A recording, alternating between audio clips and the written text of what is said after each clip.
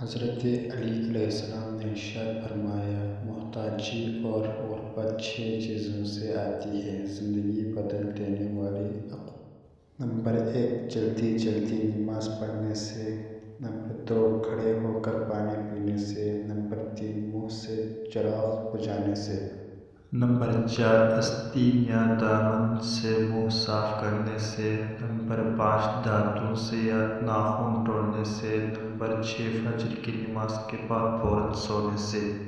حضرت علی علیہ السلام نے فرمایا، خوش قسمت ہے وہ انسان جس کے لیے کوئی روئے، بدقسمت ہے وہ شخص جس کی وجہ سے کوئی روئے۔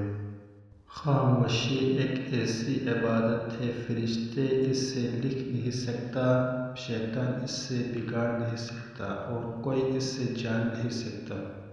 ہمارے پیارے نبی حضرت محمد مصطفیٰ صلی اللہ علیہ وسلم کا فرمان ہے، گناہوں سے توبہ کرنے والا مومن ایسا ہے جیسا اس نے گناہ کیا ہی نہیں۔